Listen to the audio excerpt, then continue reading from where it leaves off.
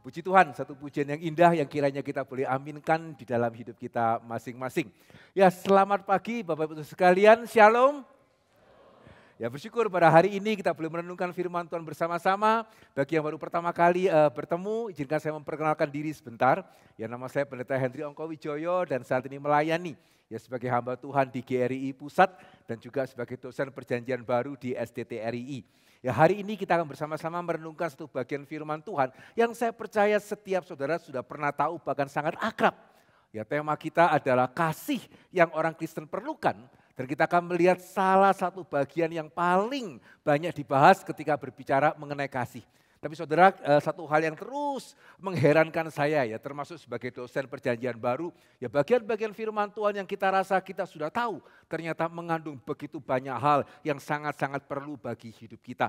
Ya, sehingga mari kita akan melihat dari 1 Korintus pasal yang ke-13, ya, saudara, satu pasal yang sangat terkenal berbicara mengenai kasih.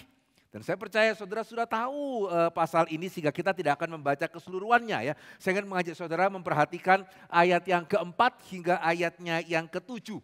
Ya, 1 Korintus pasal ke-13 ayat yang keempat sampai ayat yang ketujuh. 1 Korintus 13 ayat yang keempat hingga ayat yang ketujuh. Jika saudara sudah menemukan, izinkan saya membaca, mari kita boleh bersama-sama memperhatikan kebenaran firman Tuhan. Ya, 1 Korintus pasal 13 ayat yang keempat, demikianlah firman Tuhan. Kasih itu sabar, kasih itu murah hati. Ia tidak cemburu, ia tidak memegahkan diri dan tidak sombong. Ia tidak melakukan yang tidak sopan dan tidak mencari keuntungan diri sendiri. Ia tidak pemarah dan tidak menyimpan kesalahan orang lain. Ia tidak bersuka cita karena ketidakadilan, tetapi karena kebenaran.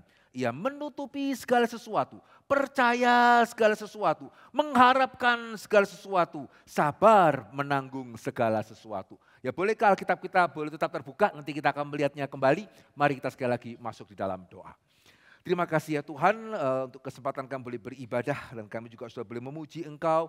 Kiranya puji-pujian kami boleh berkenan di hadapan Tuhan dan Engkau juga boleh memimpin kami ketika sebentar kami akan merenungkan firman-Mu bersama-sama. Nyatakanlah kiranya kehendak Tuhan bagi setiap jemaat Tuhan di tempat ini. Pakailah hamba-Mu yang sangat-sangat tidak berlayak ini ya Tuhan. Kiranya nama Tuhan dan nama Tuhan saja yang dipermuliakan. Kehendak Tuhan dan kehendak Tuhan saja yang boleh jadi. Berkati pemberitaan firman Tuhan sebentar ini ya Tuhan. Dalam nama Yesus kami berdoa dan kami bersyukur. Amin. Ya, jemaat kasih oleh Tuhan, siapa di antara kita ya yang tidak suka berbicara mengenai kasih? Dan bahkan bukan hanya orang Kristen.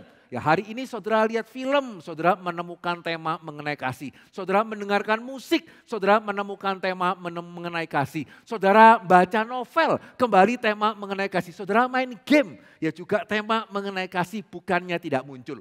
Ya, sehingga hari ini ya, mau orang Kristen, mau orang bukan Kristen, mau orang teis, mau orang ateis, ya sama-sama menekankan, ya kasih itu penting, kasih itu indah begitu ya. Semua yang engkau butuhkan adalah kasih, ya seperti yang John Lennon katakan gitu ya. All you need is love. Kasih itu semuanya yang engkau itu perlukan. Puji Tuhan, ya indah sekali. Tapi satu hal yang kita boleh sadari ya, kasih, ya herannya ya, dan menyusahkannya ya, semakin banyak dibicarakan. Ya seringkali justru bukannya menjadi semakin jelas, tetapi semakin abstrak. Ya semakin banyak dibicarakan, semakin kita tidak tahu sebetulnya ya, bagaimana mesti mengaplikasikan apa yang kedengarannya indah. Jadi kalau hari ini misalnya ada orang-orang yang mengatakan LGBTQ kita harus itu izinkan. Dasarnya apa sih? Kenapa kok orang-orang ini mengatakan kalimat seperti tadi? Saudara seringkali ya, karena mereka mengatakan ya kan kasih. Ya kalau kasih kan berarti kita tidak hanya menerima yang menikah lain jenis. Kalau kasih ya berarti pria mesti menikah sama pria, ya kita mesti terima. Wanita mau nikah sama wanita, ya kita mesti terima. Kan namanya kasih. Betul ya? Demikian juga ya mereka yang liberal mengatakan bahwa ya tidak bisa lah, masa keselamatan hanya di dalam Kristus. Masa Allah yang kasih, ayo menurut saudara ya, Allah yang mengasihi itu menyelamatkan hanya dengan satu jalan atau menyelamatkan dengan banyak jalan. Mana menurut saudara Allah yang lebih mengasihi? Ya, yang menyelamatkan hanya di dalam Kristus atau menyelamatkan dengan banyak jalan? Ya, sehingga Tuhan mempunyai banyak jalan, sehingga dengan banyak jalan semakin banyak orang bisa bertemu dengan Dia. Ya, semakin banyak orang itu yang mendapatkan keselamatan. Yang mana ya? Ya, sehingga jangan-jangan ya orang Kristen sendiri juga bisa goncang. Ya, sehingga kalau Allah mengasihi, kok jalan keselamatan cuma satu. Kalau kita mengasihi, lah kok kemudian kalau pria sama pria mau nikah kita tolak. Ya, wanita sama wanita kalau mau menikah kok kita tolak. Ya, demikian juga ya, bahkan kalau kita mau masuk ke dalam konteks ayat yang kita baca, ya tadi saya berkali-kali mengatakan saudara pasti tahulah, kasih itu sabar, kasih itu murah hati, tidak cemburu, tidak memegahkan diri, tidak sombong. Tapi kalau saya boleh tanya ya, seringkali itu mengerti atau tahu itu satu hal, mengaplikasikan hal yang lain kan. Kalau anak nakal, berarti saudara harus bagaimana? Sabar? Ya karena kasih itu sabar. Dan kalau dia bukan cuma nakal, saudara berikan HP, dia ceroboh begitu ya, cerak. Ya kemudian HP-nya rusak. Terus saudara mesti bagaimana? Ya apakah anak mengingatkan kita, ya mama reform lu gitu ya. Back to the Bible. Kasih itu apa ma? Kasih itu sabar dan murah hati. Berarti kalau anak merusakkan HP, dibelikan HP yang lebih mahal, gitu ya. Ya karena kasih itu kan murah hati. Ya, ia tidak mudah itu untuk marah. Ya, dia tidak menyimpan kesalahan orang lain. Ia menutupi segala sesuatu. Artinya apa ini? Ya kalau saya tahu misalnya ada jemaat yang berselingkuh, kasih menutupi segala sesuatu. Jangan ngomong, gitu ya. Enggak boleh ngomong. Ya karena kan kasih ya menutupi segala sesuatu, percaya segala sesuatu. Jadi kalau ada satu orang yang sudah berselingkuh, kemudian mengatakan saya tidak akan mengulangi lagi. Berarti kita harus langsung percaya, mengharapkan segala sesuatu. Wah Tuhan bisa bekerja dalam hatinya, begitu ya. Apakah seperti itu? Nah saudara sekarang mulai mengamini ya, apa yang tadi saya katakan, kasih itu indah, ya menyenangkan berbicara mengenai kasih. Tapi seringkali pada waktu mau dipraktekkan, ya seringkali kita merasa tidak tahu ya. Bahkan ayat yang kita sudah kenal, ya ketika ditanya konkretnya gimana, ya kasih yang sabar, kasih yang murah hati, yang tidak mudah marah, itu konkretnya seperti apa? Saudara seringkali kita harus mengakui ya tidak tahu ya. Bahkan di dalam konteks yang sangat praktis, ya dengan orang tua dan anak, ya bagaimana mengaplikasikan kasih ini seringkali kita bingung. Nah saudara, pertanyaannya adalah kenapa ya kok orang Kristen dalam hal ini sepertinya tidak berbeda dengan orang dunia. Senang ngomong mengenai kasih, tapi juga sama-sama kesulitan di dalam mempraktekkan kasih. Saudara jawabannya adalah karena kita tidak menangkap sebetulnya. Ya ketika Paulus berbicara mengenai kasih di dalam 1 Korintus pasal ke-13. Ada satu hal yang sangat penting mengenai kasih. Yang Paulus nyata-nyata tunjukkan di dalam bagian ini. Yang seringkali kita tidak nangkap. Dan itu yang saya maksudkan dengan judul kita pada hari ini ya. Kasih yang orang Kristen itu perlukan. Ya karena jikalau kasih ini saudara tidak tahu ya. Maka banyak bagian di dalam bagian ini yang berbicara mengenai kasih. Saudara tidak tahu bagaimana mengaplikasikan. Tapi ketika saudara tahu apa ini. Kasih yang orang Kristen perlukan. Kasih yang Paulus itu nyatakan. Yang kalau hari ini saudara dan saya menangkap esensinya. Saudara akan membuat bagian pasal 13 bukan cuma indah tetapi konkret. Ya sehingga apakah? Ya kasih yang orang Kristen perlukan, kasih yang Paulus nyatakan di dalam bagian ini. Ya kasih yang Paulus nyatakan di dalam bagian ini yang saudara mesti ingat baik-baik. Yaitu kasih yang baik, ya kasih yang benar itu adalah kasih yang menegur di dalam kebenaran. Ya, itulah yang Paulus nyatakan di dalam bagian ini. Ya, meskipun kalau saya boleh mengatakan tidak langsung kelihatan ya. Ya, ketika saudara mendengar jawaban yang saya berikan, apa itu kasih yang orang Kristen perlukan? Kasih yang menegur. Berapa yang, oh gitu Pak ya, puji Tuhan, haleluya, amin. Ya, berapa yang seperti itu? Berapa yang kemudian berpikir, tegurannya di mana ya Pak ya? Gitu ya. Di mana di dalam bagian yang dibacakan tadi kasih itu menegur. Ya, menurut saudara lebih cocok bacanya seperti apa ya? Apakah seperti tadi? Kasih itu sabar. Kasih itu murah hati. Ia tidak cemburu, tidak memegahkan diri dan tidak sombong. Atau cara bacanya adalah kasih itu sabar. Ya, kasih itu murah hati, tidak cemburu, tidak memegahkan diri, tidak sombong. Kira-kira lebih cocokan yang mana ya? Ya, yang pertama Atau yang kedua? Kelihatannya yang pertama ya. Betul ya? Ya sehingga ini kalau mau dibilang kasih yang menegur, menegurnya di mana? Ya ini kan ayat yang sangat instagramable kan, amin. Ya apalagi kalau saudara posting itu pada waktu Valentine ya. Ya dengan latar yang bagus, kasih musik yang bagus, wah yang nge-likes itu ada aja itu nanti itu. Kasih itu sabar, murah hati, tidak cemburu. Ya sehingga tadi pagi saya cerita di KU1 ya, saya pada waktu SMA ya pernah kuliah bahasa Jerman. Meskipun jangan ditanya, Bapak ngerti bahasa Jerman? Ya ili bedi ya, di luar itu sudah lupa. Gitu ya. Nah, tapi waktu itu ya karena saya sekolah di SMA Katolik, ya sehingga guru kami Katolik. Nah saya punya teman Katolik, dia minta Alkitab bahasa Jerman sama guru itu dikasih.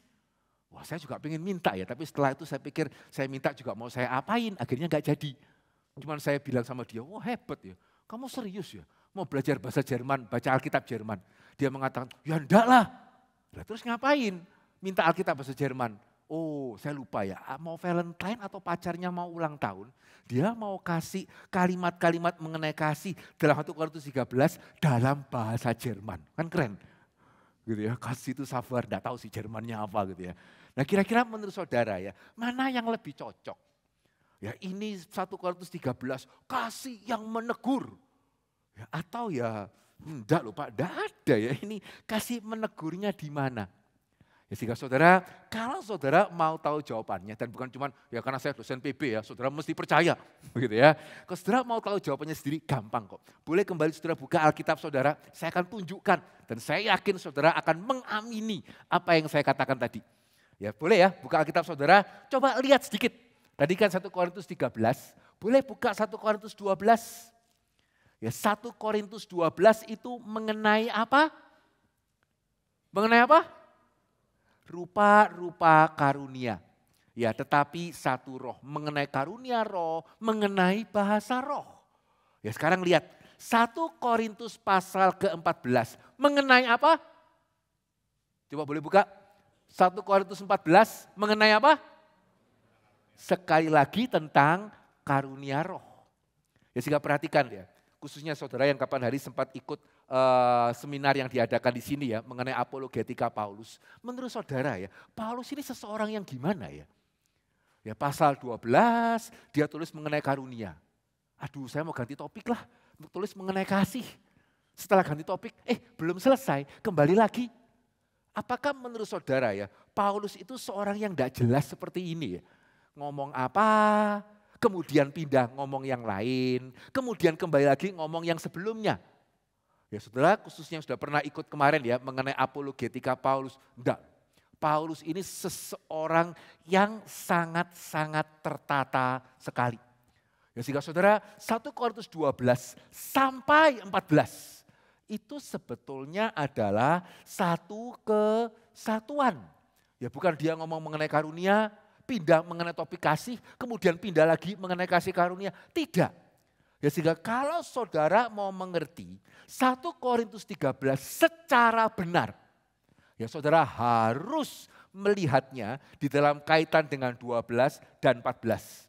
Dan izinkan saya mengatakan 9 dari 10 orang Kristen tahu 1 Korintus 13 sekaligus juga sama ya. Tidak pernah mengaitkan 1 Korintus 13 dengan 12 dan 14. Padahal sangat terkait. Jika coba lihat, ya kita tidak akan tentunya membaca keseluruhan pasal 12, 14 ya. Saudara perhatikan pasal 12 ayatnya yang ke-7. Ya perhatikan baik-baik, saudara akan langsung melihat kaitan 12 dengan 13. Sekaligus kenapa saya mengatakan Paulus sedang menegur jemaat Korintus di pasal 13. Perhatikan ya, 1 Korintus pasal 12 ayat yang ke-7. Tetapi kepada tiap-tiap orang dikaruniakan penyataan roh untuk kepentingan bersama. Perhatikan, sebab kepada seorang roh memberikan karunia untuk berkata-kata dengan hikmat.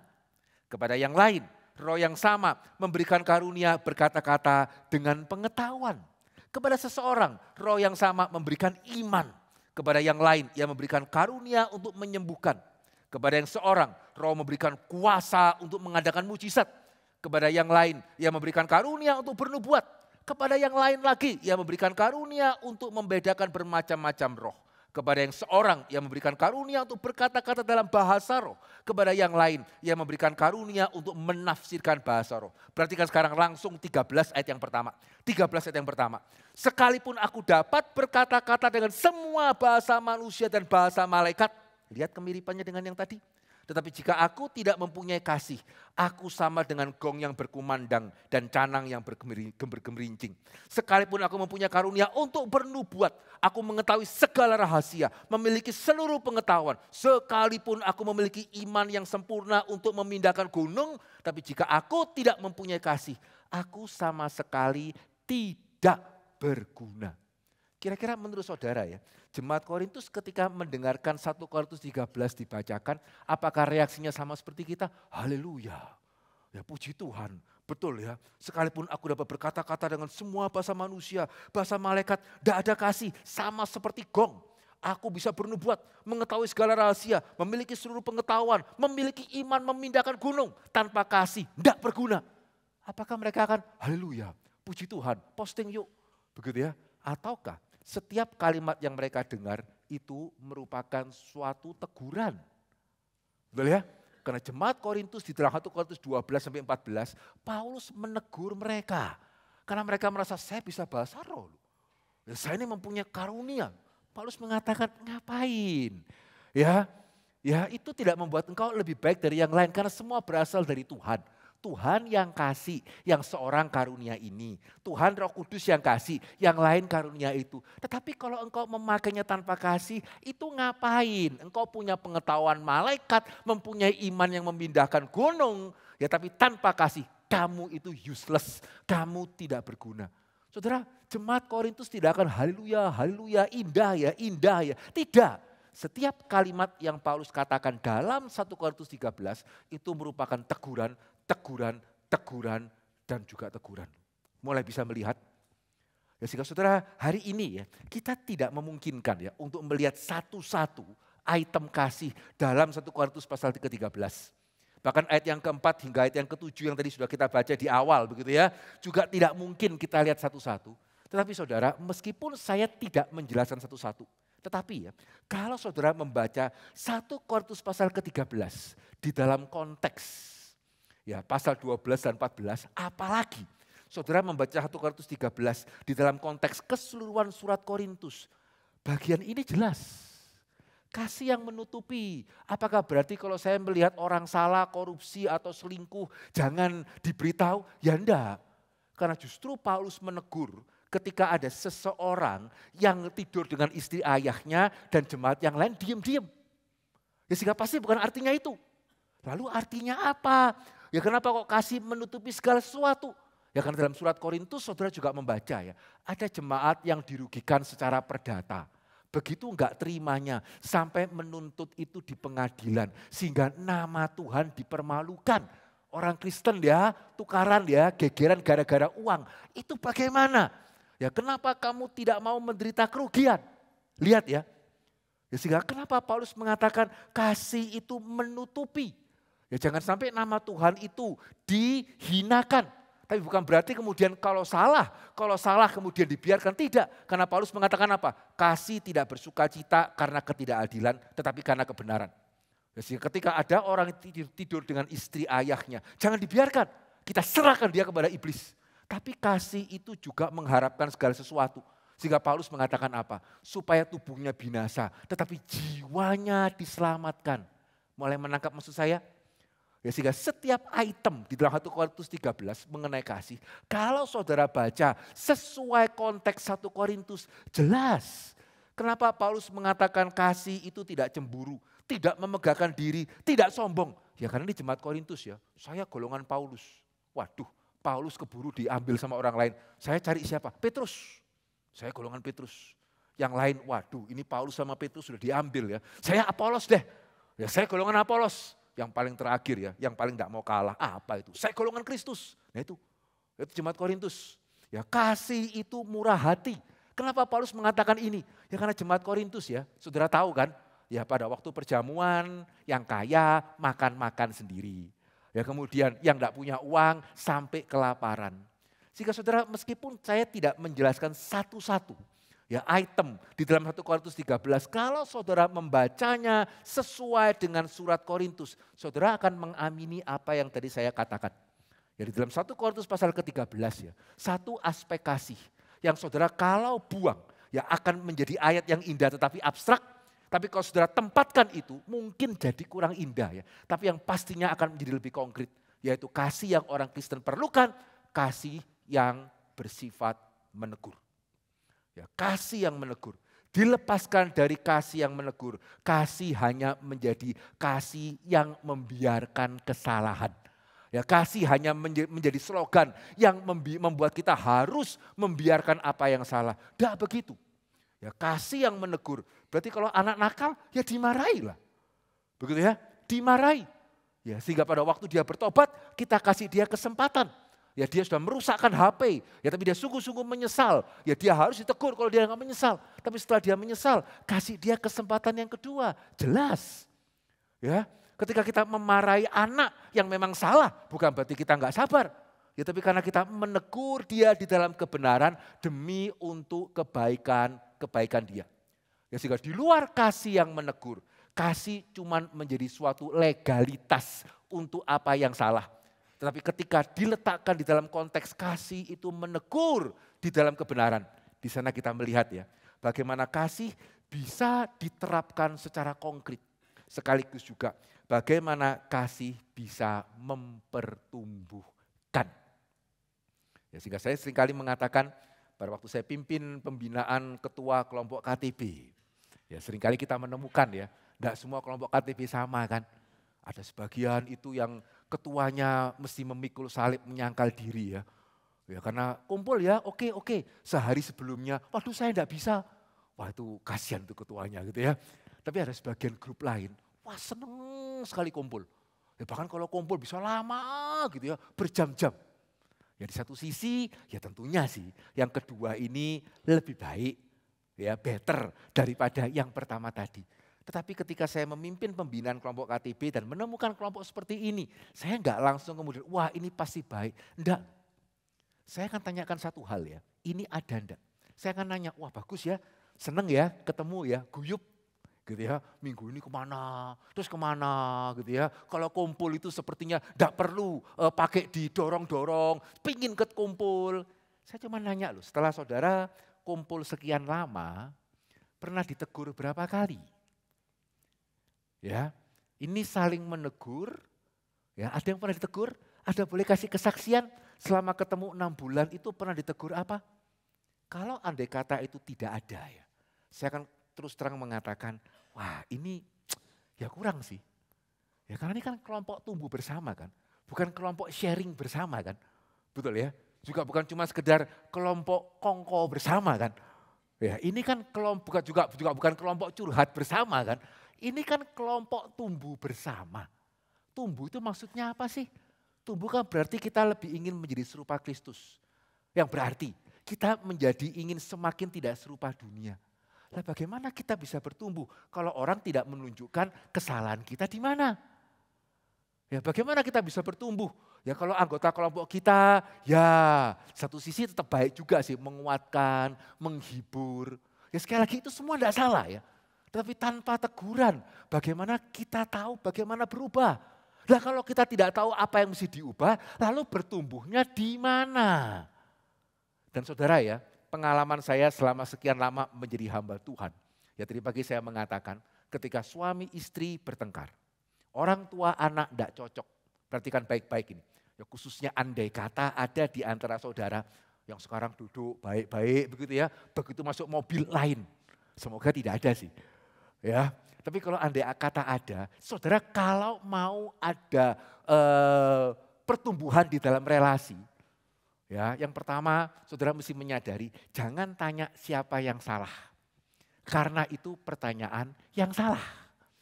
Ya, selama saudara tanya siapa yang salah, percaya saya lah, di sini saudara baik-baik duduk berdua, gitu ya, masuk mobil akan lain itu nanti itu, gitu ya. Kenapa? Karena saudara nanyanya siapa yang salah.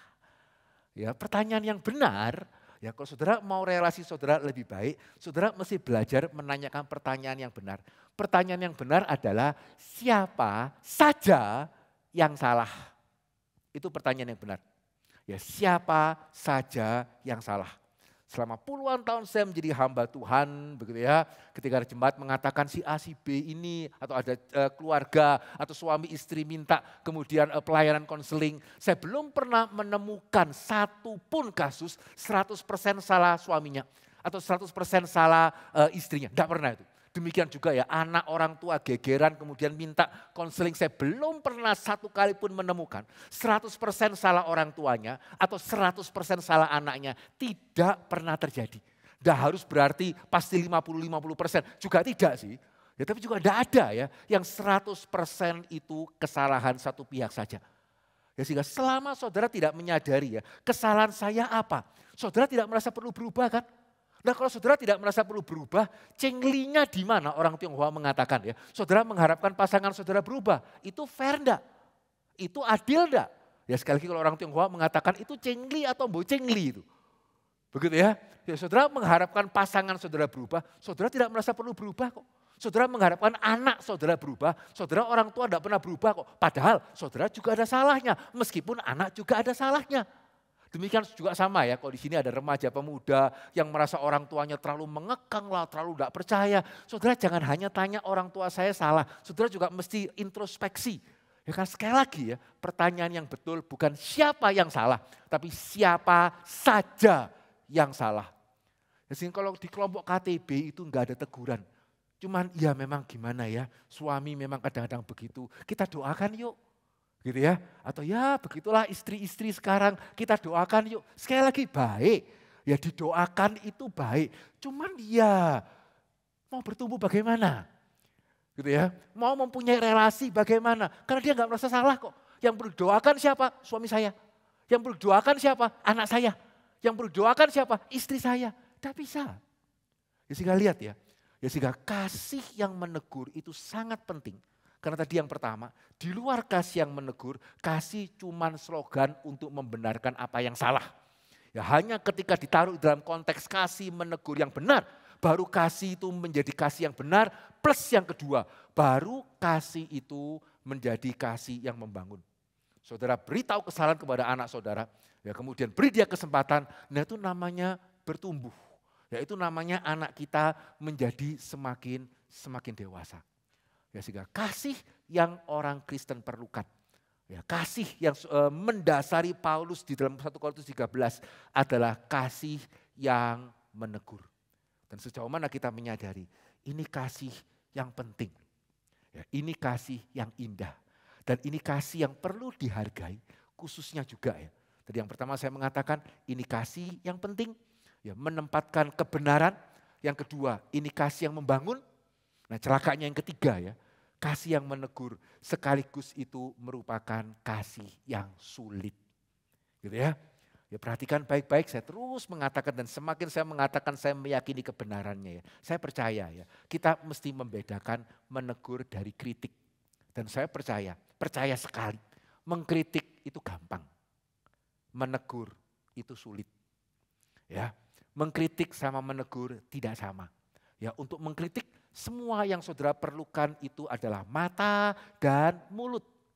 Betul ya? Saya tinggal lihat dari sini ke sana, akan ada aja itu. Wah yang itu kurang memperhatikan tuh, yang ini kurang itu. Demikian juga sama loh. Saudara lihat saya dari atas ke bawah, ada aja itu. Ya apa yang kurang lah. Ya mengkritik itu gampang. Saudara punya mata, saudara punya mulut, saudara bisa mengkritik. Apapun, dimanapun.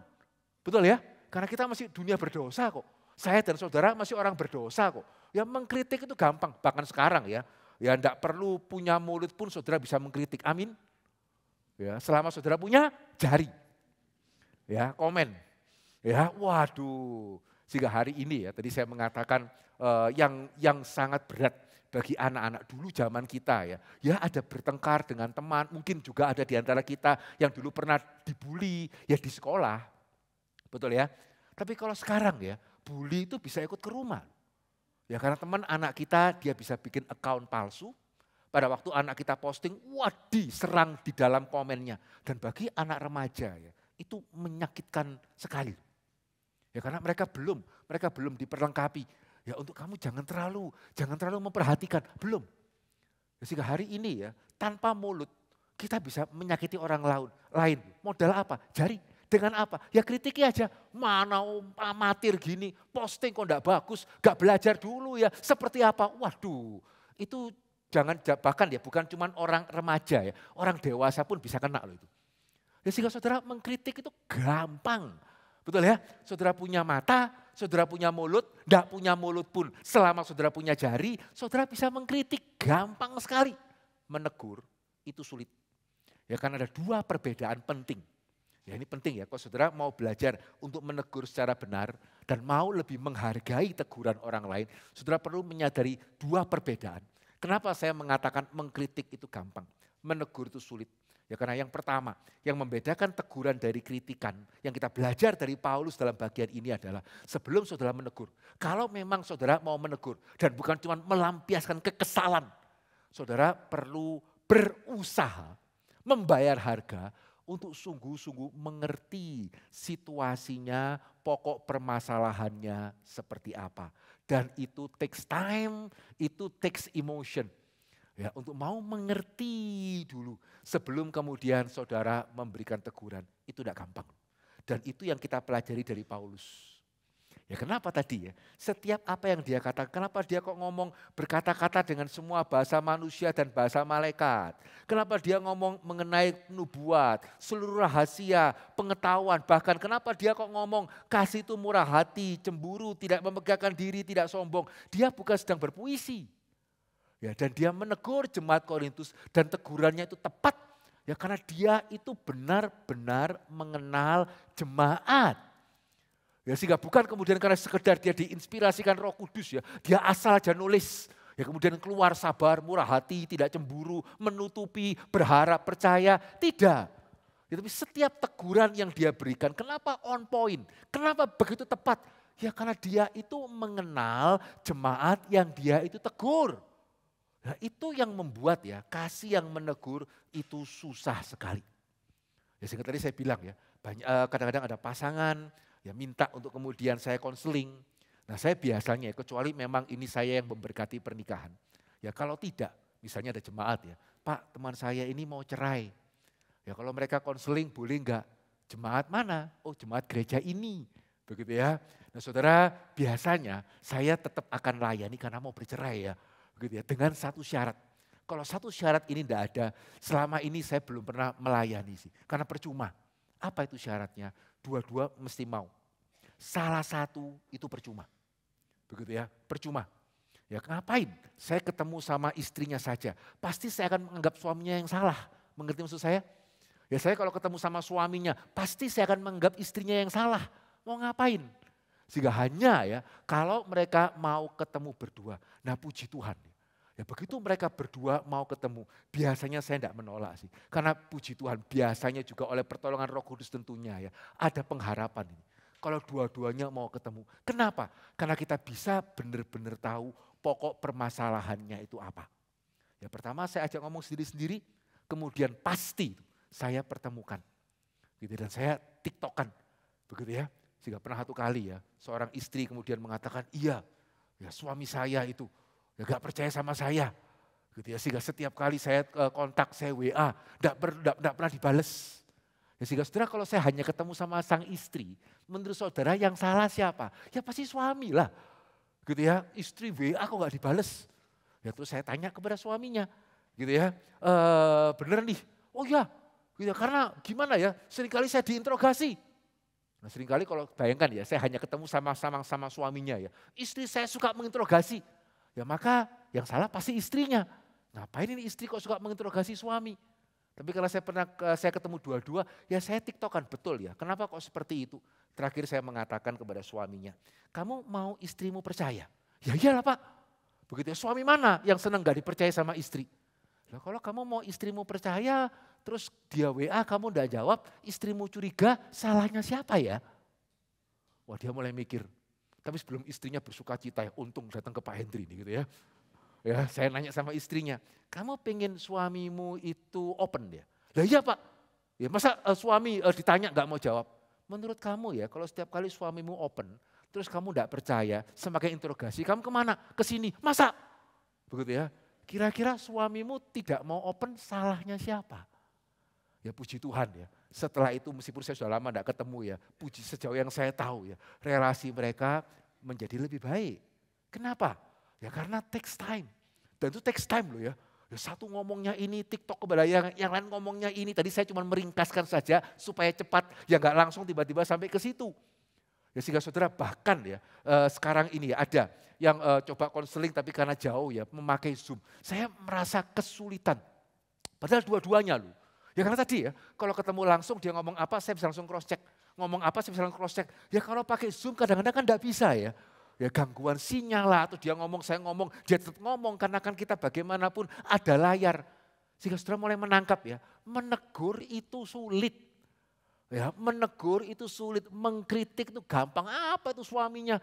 Gitu ya, masa istri WA enggak dijawab? Atau apa itu istrinya? Masa suami kayak narapidana begitu ya? Gampang. Tapi kalau saudara mau menegur ya, saudara have to take time ya untuk benar-benar mengenal ini situasinya bagaimana sih. Keadaannya seperti apa, kenapa kok orang tua anak geger terus. Ya kenapa kok istri dan suami itu kok tidak cocok terus. Itu tidak gampang, ini yang pertama. Bersyukur Paulus memberikan teladan ya. Dia nggak sembarangan ngomong, ya setiap apa yang dia itu tuliskan benar-benar sesuai dengan apa yang menjadi kelemahan jemaat Korintus. Ini hal yang pertama. Tapi bukan cuma itu ya. Hal yang kedua ya, yang membuat menegur itu susah, mengkritik itu gampang. Karena ketika saudara menegur, saudara benar-benar menginginkan yang saudara tegur itu berubah menjadi lebih baik sekaligus ya.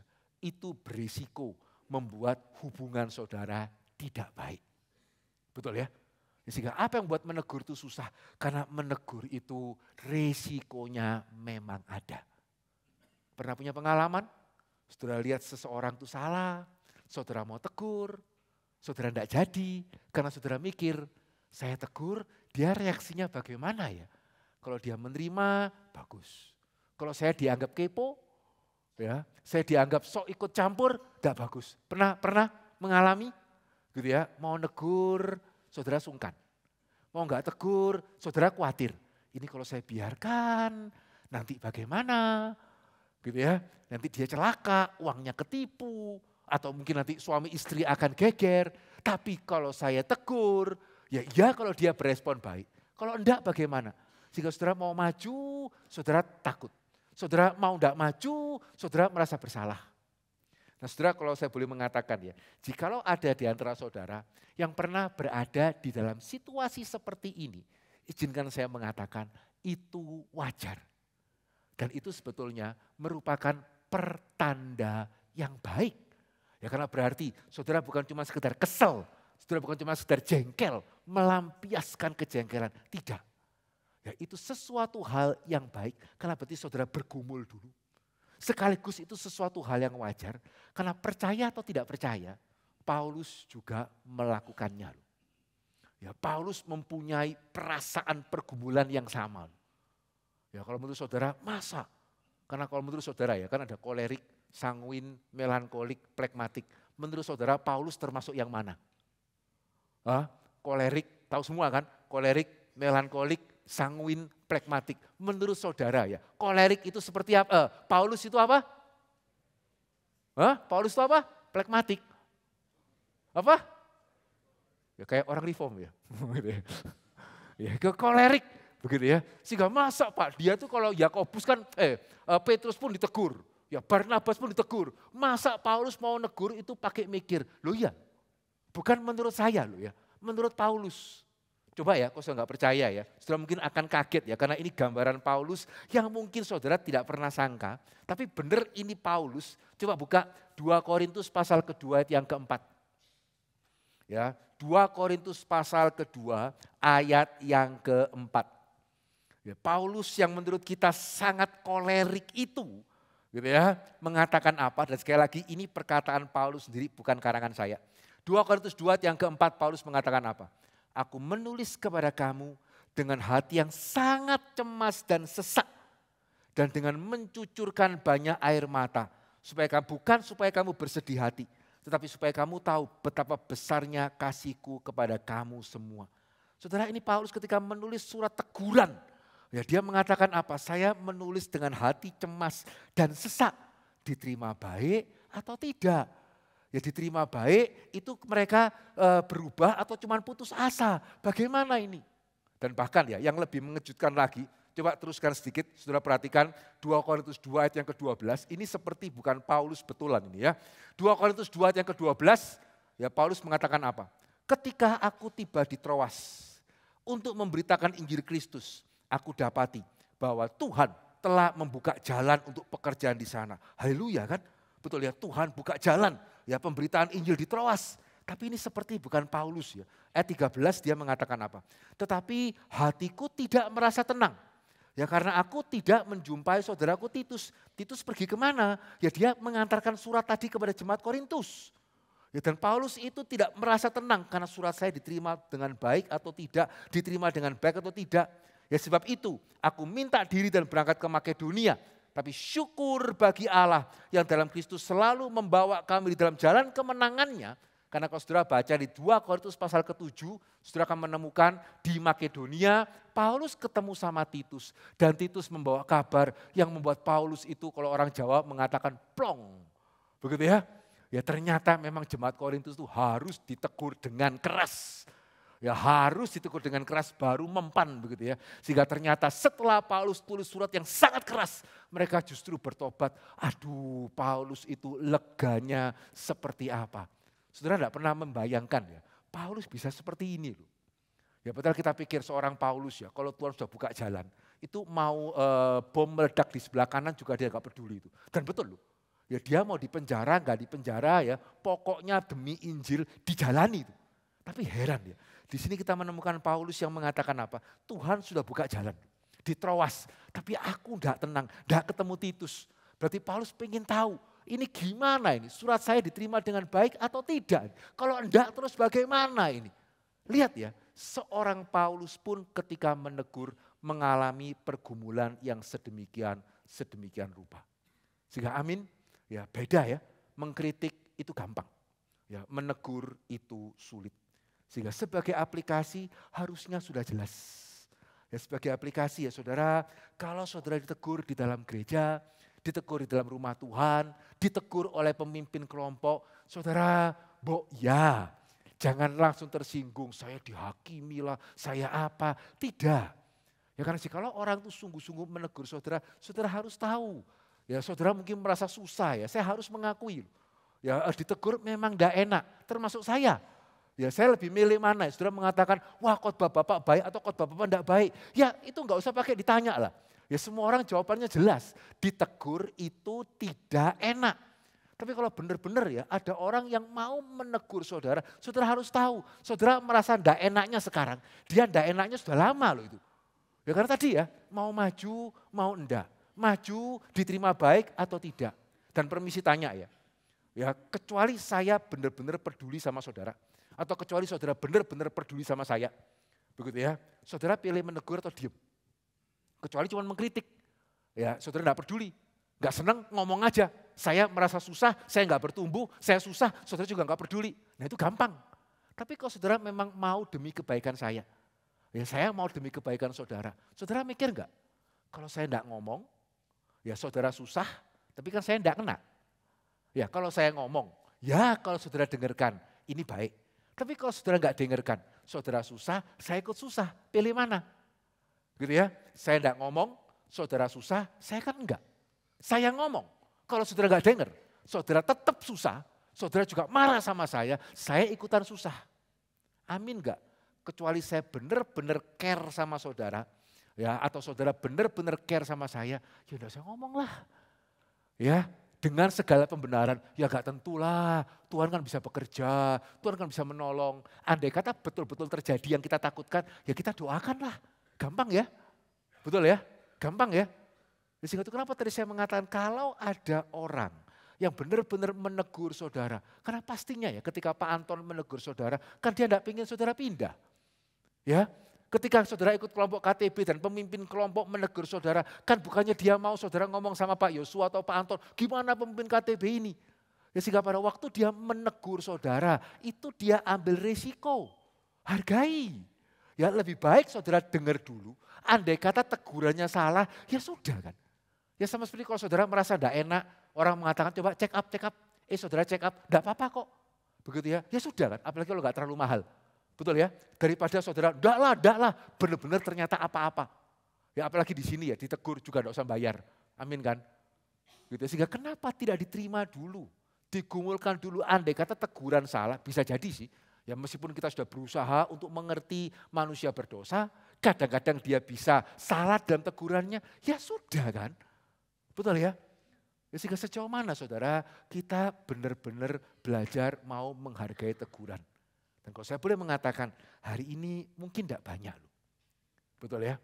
Ya seringkali kita ke gereja cari apa ya? Sambutan. Betul ya?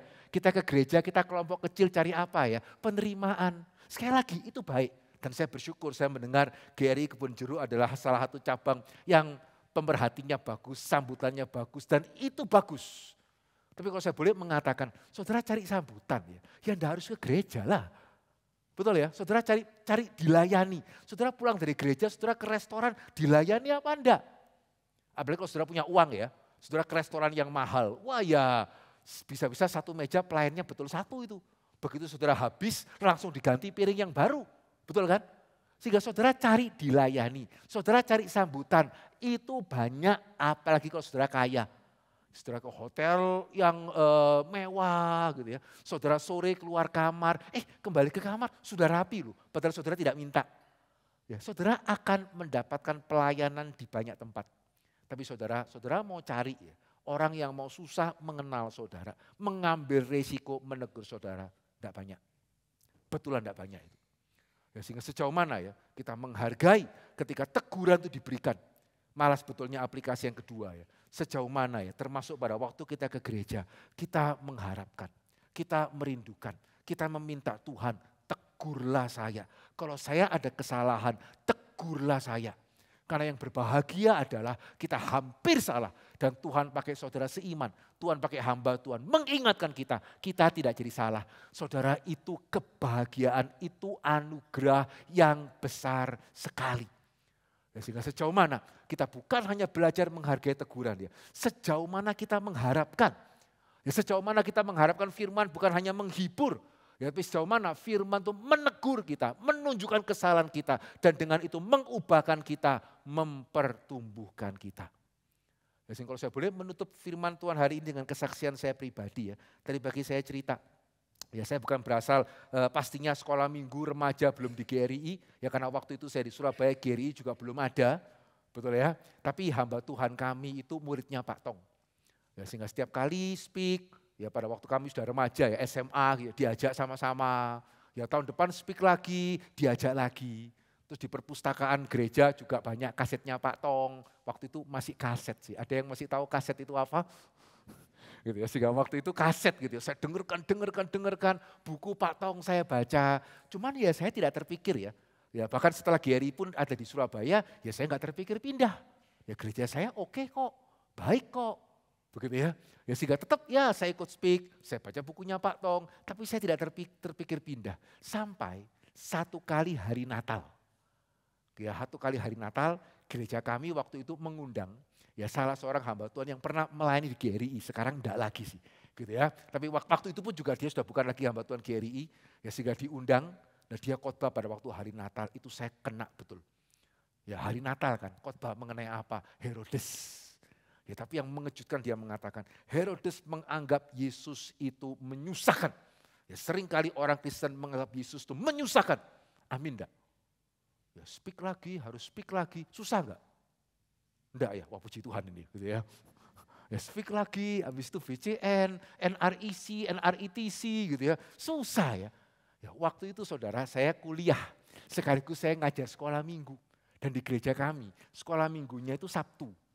Gitu ya, enggak tahu kenapa ya, Sabtu sore. Ya sehingga waktu itu mahasiswa kan, pengen keluar sama temen, ya enggak bisa. Saya mesti ngajar. Ya sehingga sempat terpikir ya, apa saya mesti mundur, tapi saya merasa enggak benar, kok enggak bagus gitu ya. Kenapa kok mundur dari guru sekolah minggu, pengen keluar sama temen, rasanya kok enggak banget gitulah. Ya sehingga saya mau ngomong, merasa enggak enak. Saya tetap ngajar, tapi sambil saya ngajar ya, sambil merasa aduh pengen ikut, ya pengen lah gitu ya. Teman kemana, dan waktu itu kan Sabtu ya, bukan Jumat ya. Kalau sekarang kan Jumat yang paling rame ya. Waktu itu kan Sabtu itu sudah paling rame-ramenya itu hari Sabtu. Sehingga tidak bisa. Ya, sehingga pada waktu saya dengar khotbah Natal dan hamba Tuhan itu mengatakan seringkali orang Kristen merasa Yesus menyusahkan mereka. Saya langsung tertegur, itu saya itu. Ya karena beneran saya merasa gara-gara Yesus ini ya, saya tidak bisa keluar sama teman, harus melayani dan seterusnya. Sehingga saya ingat malam itu saya pulang, ya saya berdoa di hadapan Tuhan, saya minta ampun, ya dan saya berjanji tidak akan menganggap Tuhan menyusahkan saya. Sambil malam itu ya, saya mikir satu hal. Kenapa ya? Saya setahun kok cuma ditegur sekali. Kelemahan saya banyak. Ya kalau saya bisa ditegur setiap minggu. Begitu ya, setiap minggu ditegur satu. Setahun saya ditegur berapa ini? Sehingga saudara ini saya ngomong benar ya. Itu pertama kali saya mikir. Pak Tong kelihatannya punya gereja di Surabaya. Di mana itu? Itu pertama kali saya cari. Ketemu yang namanya Gary Andika, saudara yang pernah ke Surabaya pasti tahu gitu ya. Itu adalah Gary pertama di Surabaya, ya at least pada waktu saya mulai mencari dan saya itu ke sana. Dan betul ya, ketika saya di GRI gitu ya, firmannya menegur, saya kemudian baik-baik ngomong sama gembala saya. Ya, Bu, saya merasa lebih bertumbuh di GRI, ya apakah boleh gitu ya saya pindah gereja. Dan saya bersyukur ya mempunyai gembala yang baik. Ya meskipun ya firmannya enggak seperti yang saudara dapatkan di GRI begitu, tapi ya dia hamba Tuhan yang baik. Dan dia tidak melarang. Ya, dia mengatakan ya kalau kamu memang merasa bertumbuh di GRI silakan. Ya, tetapi ibu kasih tahu satu ya. Karena banyak orang itu ke GRI awalnya seneng. Ya street ikut, speak ikut gitu ya. Tetapi lama-lama kemudian kendor. Saudara pada waktu saya mendengar kalimat itu ya, saya enggak berani mengatakan, ya itu kan orang lain, saya kan enggak gitu ya, enggak. Ya saya simpen kalimat itu kenapa sampai hari ini saya ingat dan betul ya. Betul apa enggak? Betul ya. Yang dikatakan oleh gembala saya pada waktu itu ya. Dan saya melihat ya iya. Ya banyak orang yang pertama kali ke GRI begitu minggu, kapan minggu lagi? Gitu ya, kapan speak lagi? Kapan street lagi? Pertamanya. Gitu ya, dengan berjalan waktu, kok enggak. Tapi saudara kalau saya boleh tanya apa adanya kepada saudara, hari ini saudara mendengarkan saya berkhotbah, saya ada kesan seperti itu enggak? Ya saya kan sudah ngajar perjanjian baru sekian lama, ya 1 Korintus 13 kan saudara juga sudah tahu. Ya saudara kira-kira tahulah bagaimana mengaplikasikan. Saudara menangkap kesan itu atau tidak? Harap tidak ya. Kenapa kok tidak? Ya, sehingga saudara saya bersyukur, bukan karena saya lebih rajin. Bukan karena saya lebih pandai, bukan. Tapi karena benar-benar di hadapan Tuhan ya. Kenapa saya ingin mengerti firman Tuhan lebih baik?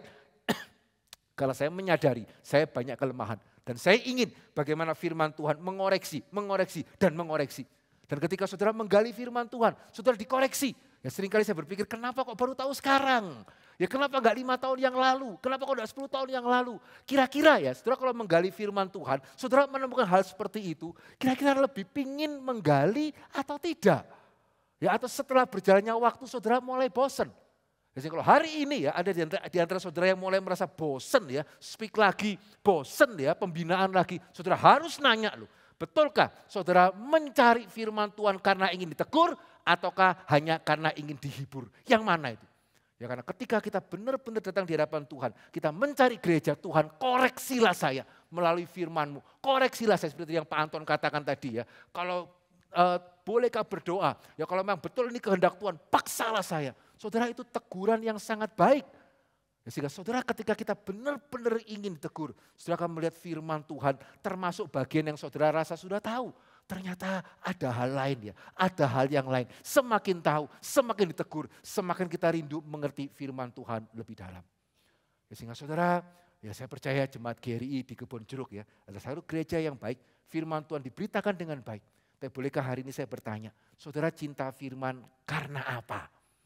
Ya sekedar karena ingin belajar, ya sekedar karena ingin tahu, ataukah seperti Paulus, ya kita berdoa, kita bersyukur, Tuhan taruhlah hamba Tuhan yang mau mengerti firman Tuhan dengan benar. Taruhlah saudara-saudara seiman yang mau mengenal saya dengan sungguh. Sehingga kalau saya ada kesalahan, bolehkah Tuhan menegur saya sebelum terlambat? Ya bolehkah Tuhan mengingatkan saya sebelum terlambat? Saya ada banyak kesalahan ya Tuhan. Jangan bosan menegur saya. Ya terus ingatkan saya. Berikan kepada saya hati yang lembut. Ya ubahlah saya semakin dan semakin ubahlah saya. Ya kiranya kerinduan ini ada pada kita. Kiranya Tuhan boleh menempatkan kita di gereja, di mana Tuhan boleh menyatakan kasih-Nya melalui saudara seiman, melalui hamba Tuhan yang mengasihi kita dengan cara menegur kita sesuai dengan kebenaran. Puji Tuhan, mari kita berdoa. Bolehkah saya memberikan sedikit waktu untuk saudara berdoa? Dan bolehkah saudara berdoa pada hari ini, bukan hanya sekedar Tuhan, buatlah saya mengerti firman-Mu. Bukan hanya sekedar Tuhan, buatlah saya lebih mengerti doktrin. Tapi bolehkah saudara berdoa, Tuhan tegurlah saya melalui firman-Mu. Tegurlah saya melalui pembelajaran doktrin yang benar. Saudara berikan kesempatan untuk meminta kepada Tuhan. Bolehkah Tuhan menaruh hamba Tuhan, menaruh saudara-saudara seiman yang betul-betul menegur kita bukan sekedar karena mereka jengkel kepada kita. Tapi karena mereka ingin kita bertumbuh, mereka ingin kita menjadi semakin serupa Kristus. Bolehkah minta teguran itu? Saudara berikan kesempatan Tuhan hadir di tengah-tengah kita. Mintalah dan mintalah dengan sungguh-sungguh. Dan Tuhan akan memberikan dan memberikan dengan berkelimpahan. Mari kita boleh bersama-sama meminta kasih yang menegur Tuhan boleh anugerahkan kepada kita. Mari berdoa pribadi lepas pribadi terlebih dahulu.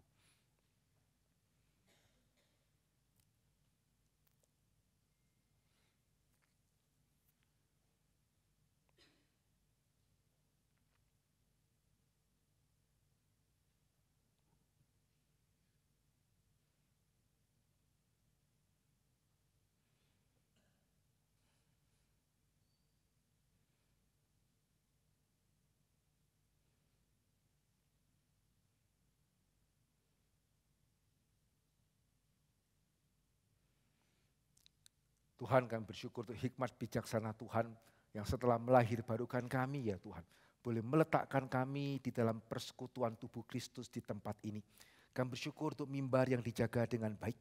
Kami bersyukur untuk setiap pembinaan yang ada. Kami juga bersyukur untuk setiap sambutan, setiap penerimaan yang kami boleh dapatkan di tempat ini. Tapi kami sungguh berdoa ya Tuhan, berikan kepada kami hati yang siap ditegur. Bahkan berikan kepada kami kesadaran ya Tuhan. Betapa banyak di dalam diri kami kekurangan yang kami sendiri bahkan tidak bisa lihat. Tapi biarlah Engkau boleh menunjukkan kepada kami melalui firman-Mu. Engkau boleh menunjukkan kepada kami melalui hamba-hamba Tuhan, penatua, majelis, melalui saudara-saudara seiman kami. Sehingga bentuklah kami ya Tuhan, jauhkan kami daripada pencobaan. Lepaskanlah kami daripada apa yang jahat ya Tuhan. Melalui Engkau mengingatkan kami, menegur kami melalui kebenaran firman Tuhan. Terima kasih ya Tuhan, suara manusia sudah berlalu, biarlah Roh Kudus Tuhan yang boleh terus berbicara, menyatakan kebenaran Tuhan, menyatakan teguran Tuhan, mengingatkan kami, mengubahkan kami. Di dalam nama Yesus kami berdoa dan kami bersyukur. Amin. Puji Tuhan, mari jemaat kami undang saudara untuk boleh bangkit berdiri bersama-sama.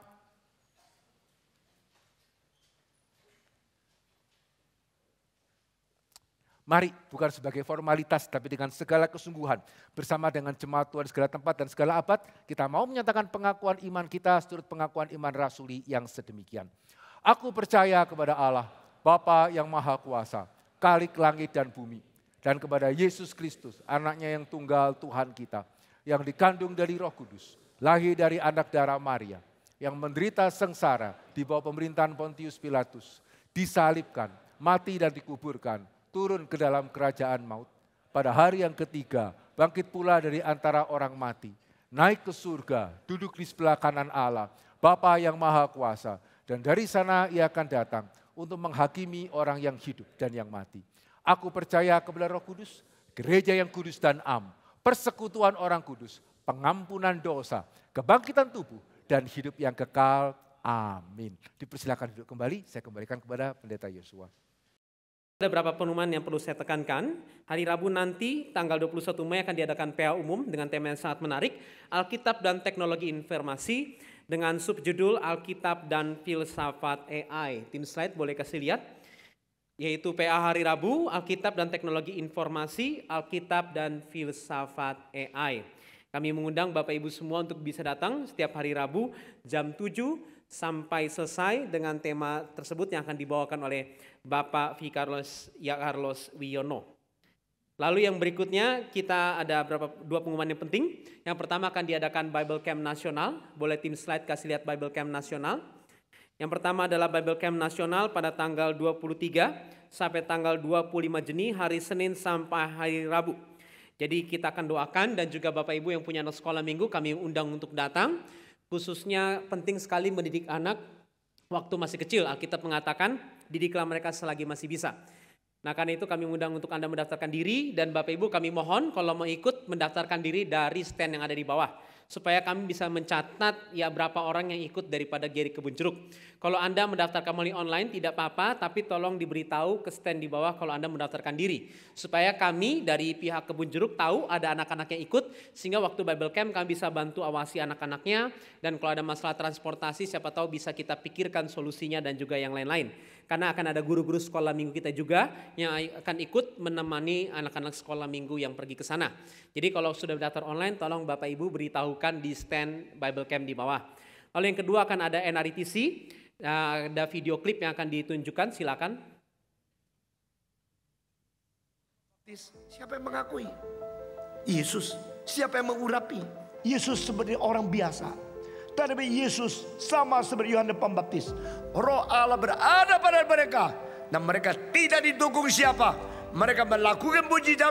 Mereka memberitakan firman. Meskipun masih muda. Mereka dipakai, diurapi oleh Roh Kudus. Kalau tidak diperanakan oleh Roh Kudus, engkau tidak akan melihat. Dan tidak akan masuk dalam kerajaan Allah. Engkau akan mendapatkan kemuliaan di dunia. Dihormati oleh manusia. Tetapi itu hanya kehormatan sementara. Engkau dapat kekayaan yang banyak setelah mati. Tak ada 1 rupiah yang engkau bisa bawa ke dalam kuburan. Hidup yang kekal diberikan melalui kuasa Roh Kudus. Roh melahirkan, baru engkau roh adanya. Engkau kaku seperti batu. Engkau lawan Tuhan. Engkau tidak mau mengaku dosa. Engkau terus hidup di dalam kejahatan. Engkau begitu dingin, begitu keras terhadap pimpinan Tuhan. Tuhan bilang, aku akan cabut hatimu yang dibikin dari batu. Waktu Roh Kudus memberikan hidup yang baru kepada seseorang, Roh bekerja menurut kemauan Tuhan itu sendiri. Yesus berkata, jikalau aku bersaksi kepadamu tentang hal dunia, engkau tidak percaya. Bagaimana engkau bisa percaya kesaksian dari surga? Banyak orang agamanya 100, tapi tidak ada iman kepada Tuhan. Mereka mempunyai pengertian di otak, tidak mempunyai iman di hati. If you are not born again, you will never enter into the kingdom of God. You are not born again, you will never even see the kingdom of God. Agama dunia seluruhnya gagal, kecuali melalui Roh Kudus mengenal Yesus sebagai Tuhan. Maka belum pernah engkau mempunyai iman yang sungguh-sungguh di hadapan Tuhan Allah. Kecuali manusia digerakkan oleh Roh Kudus, tidak ada seorang bisa menyebut Yesus sebagai Tuhan. Mari kita ajak anak-anak remaja kita untuk ikut, dan bisa mengajak anak-anak remaja di luar gereja juga kita untuk ikut. Salah satu hal yang sangat baik di tempat yang kondusif, mendengarkan firman seharian sehingga mereka bisa dibentuk untuk seturut dengan kebenaran firman Tuhan.